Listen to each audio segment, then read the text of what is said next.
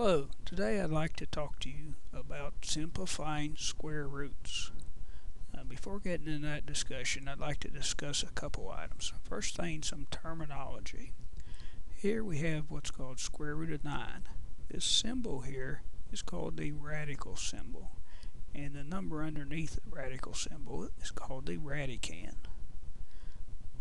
Sometimes, instead of having a square root, you have a cube root. This number here is referred to as the index of the radical.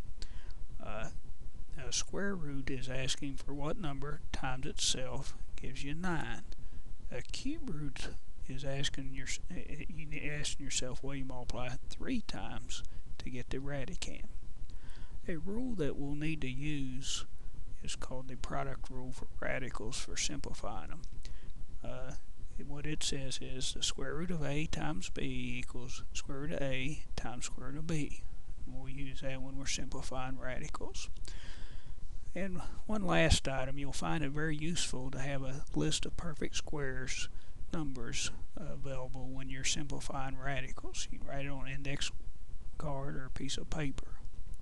Okay, well, let's look at our first example of simplifying radicals. Let's say we want to simplify the square root of 24.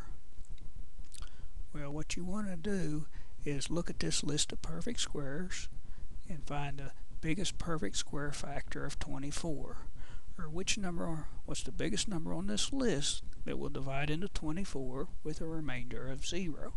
Well, the answer is 4.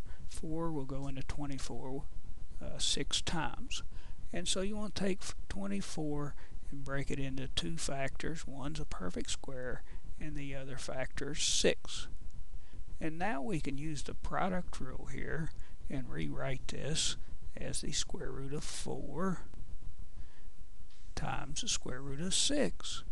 And the square root of 4 is 2. And we have the square root of 6 left over.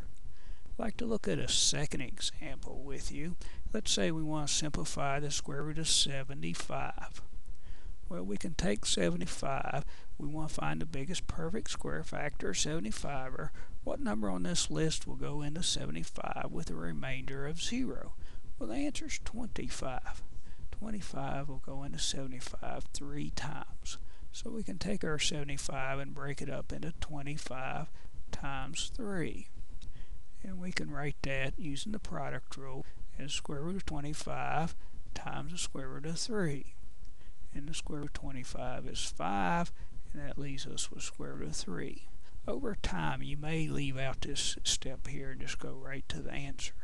Let's look at one more example. Let's say we want to simplify the square root of 48. Okay, we look at our list of perfect squares. What's the biggest perfect square factor of 48? What's the biggest number going to 48 with a remainder of 0? Well, the answer is 16. 16 will go into 48 3 times. So we can rewrite 48 as 16 times 3. And then we can use our product rule once again and write that as square root of 16 times the square root of 3. And square root of 16 is 4. And we have the square root of 3 left over.